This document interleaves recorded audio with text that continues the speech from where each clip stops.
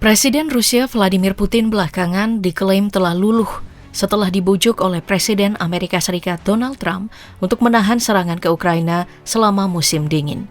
Trump menyebut pendekatan itu dilakukan atas dasar kemanusiaan, mengingat warga Ukraina harus bertahan di tengah cuaca ekstrim dan krisis pasokan energi. Namun apa yang terjadi di lapangan justru berbanding terbalik. Serangan Rusia dilaporkan tidak berhenti, bahkan disebut mencapai intensitas tertinggi. Rudal dan drone terus menghantam berbagai wilayah, membuat ribuan rumah kehilangan pemanas saat suhu turun hingga minus 20 derajat Celcius. Situasi ini memunculkan keraguan besar. Apakah pernyataan Trump terlalu optimis, atau Moskow memang tidak pernah berniat menjalankan apa yang disebut sebagai penahanan serangan?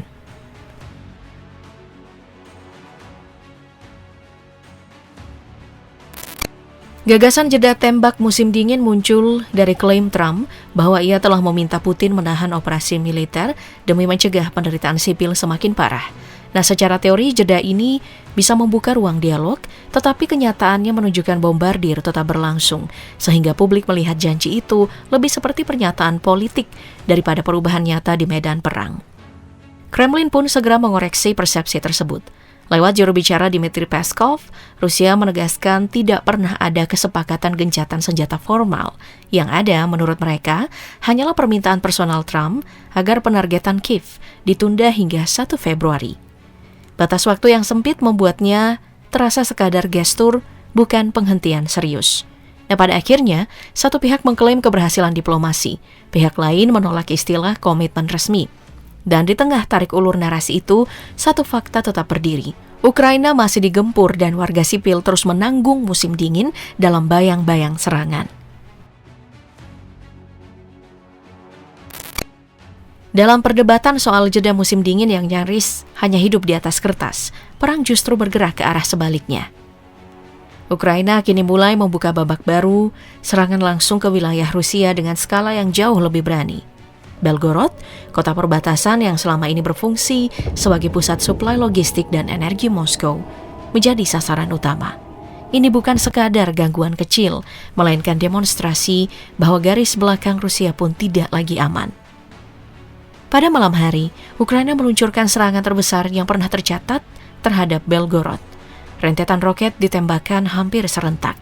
Sedikitnya, 36 roket Grad dan 14 roket HIMARS diarahkan ke target infrastruktur strategis, terutama sektor energi. Sasaran utamanya adalah Belgorod Thermal Power Plant, fasilitas vital yang menopang pasokan listrik kawasan pusat kota. Pertahanan udara Rusia bergerak cepat. Banyak roket berhasil dijatuhkan di udara, namun beberapa proyektil tetap lolos, menghantam area pembangkit dan memicu dampak langsung.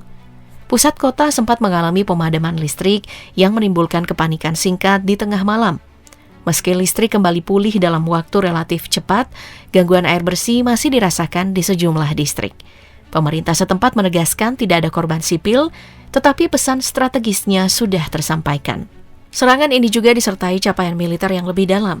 Urayan melaporkan penghancuran sistem pertahanan udara Buk Rusia oleh Brigade Artileri ke-43, pukulan terhadap lapisan proteksi perbatasan. Lebih mengejutkan lagi, untuk pertama kalinya sejak perang dimulai, peluncur termobarik TOS-1A Solntsepiok Rusia dilaporkan dihancurkan di Oblast Belgorod oleh Brigade Mekanis Terpisah ke-72 Ukraina.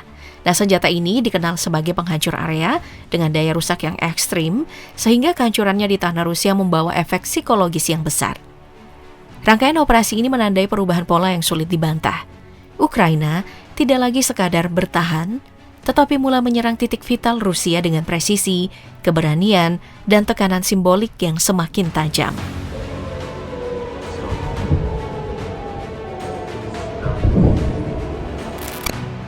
Serangan Ukraina ke Belgorod tidak dibiarkan berlalu. Moskow merespons dengan eskalasi udara yang jauh lebih luas, lebih rumit, dan jauh lebih menghancurkan. Banyak analis menyebut inilah salah satu operasi balasan Rusia paling besar dan paling kompleks sepanjang 2026. Target utamanya kembali jelas, Kiev. Malam itu sirene meraung hampir tanpa jeda. Langit Ukraina dipenuhi gelombang serangan gabungan, rudal balistik, rudal jelajah, rudal hypersonic, hingga ratusan drone yang dilepas dalam satu rangkaian serentak. Namun di tengah hujan persenjataan itu, muncul satu elemen baru yang langsung mengganggu kalkulasi pertahanan udara Ukraina. Apa yang dijuluki dengan rudal zombie. Istilah ini merujuk pada senjata yang sebenarnya berasal dari target latihan pertahanan udara Rusia yang sudah dinonaktifkan. Alih-alih dibuang, benda itu dipasangi hulu ledak dan ditembakkan ulang seperti proyektil ofensif. Biayanya murah, presisinya rendah, tetapi tetap memaksa Ukraina menembaknya jatuh. Strateginya bukan akurasi, melainkan saturasi, membanjiri langit agar sistem pertahanan lawan terkuras. Bahkan, satu malam intersepsi tersebut bisa menghabiskan puluhan juta dolar misil pencegat, mempercepat kelelahan stok pertahanan udara barat. Serangan ini juga diarahkan untuk melumpuhkan kekuatan udara Ukraina sebelum bisa beroperasi. Drone Geran 2 menghantam helikopter Mi-8 dan Mi-24 di sebuah landasan yang diduga dipakai untuk misi pertahanan. Rusia juga merilis rekaman serangan ke pangkalan Mirorod menargetkan jet Su-27 dan sebuah F-16 yang statusnya masih diperdebatkan, aktif atau sekadar umpan visual. Pesannya tetap sama, tekan kemampuan udara sejak di darat.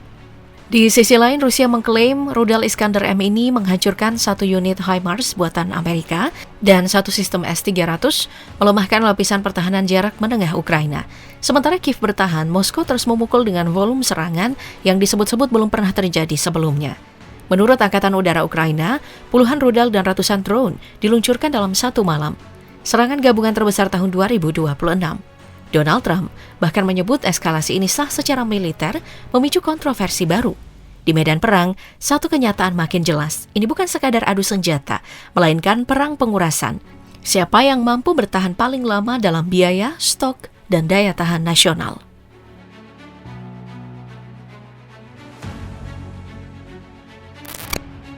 Ketika langit Ukraina terus dipenuhi rudal dan drone, dampaknya segera melampaui medan tempur.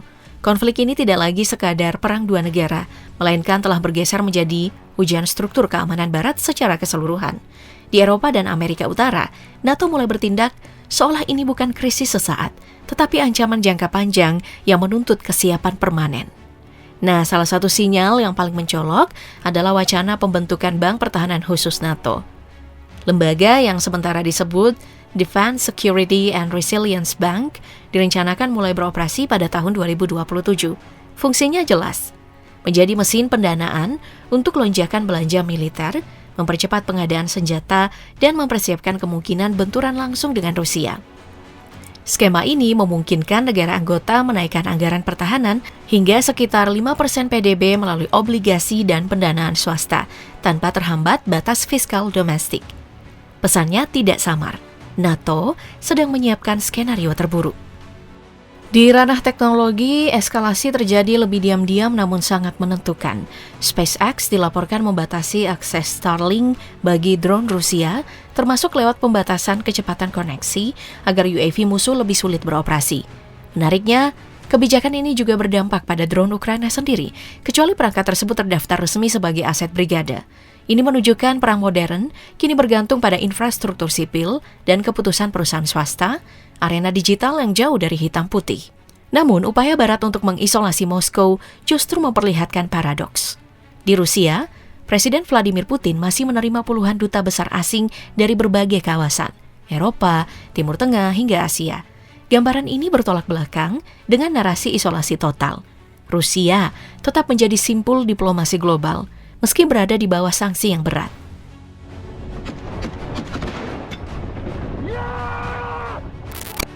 Nah, disinilah kontradiksi eskalasi Rusia Barat terlihat jelas. NATO memperketat barisan dan membangun infrastruktur perang, tetapi Rusia belum benar-benar terputus. Moskow justru beradaptasi secara militer, ekonomi, dan diplomatik. Perang Ukraina kini berubah menjadi ujian daya tahan global, bukan sekadar konflik bilateral. Memasuki tahun 2026, tepatnya di bulan Januari, perang darat menunjukkan tanda-tanda kejenuhan. Rusia masih maju sekitar 352 km persegi, tetapi lajunya melambat. Sementara Ukraina hanya menambah sekitar 28 km persegi. Garis depan mulai mengeras, biaya eskalasi makin terasa berat bagi kedua pihak. Di saat yang sama, jalur diplomasi justru bergerak. delegasi Kiev berangkat ke Uni Emirat Arab untuk putaran kedua perundingan trilateral bersama Moskow dan Washington dengan latar gencatan senjata energi sementara. Kontrasnya tajam, medan perang melambat, tetapi ruang kompromi politik perlahan kembali terbuka.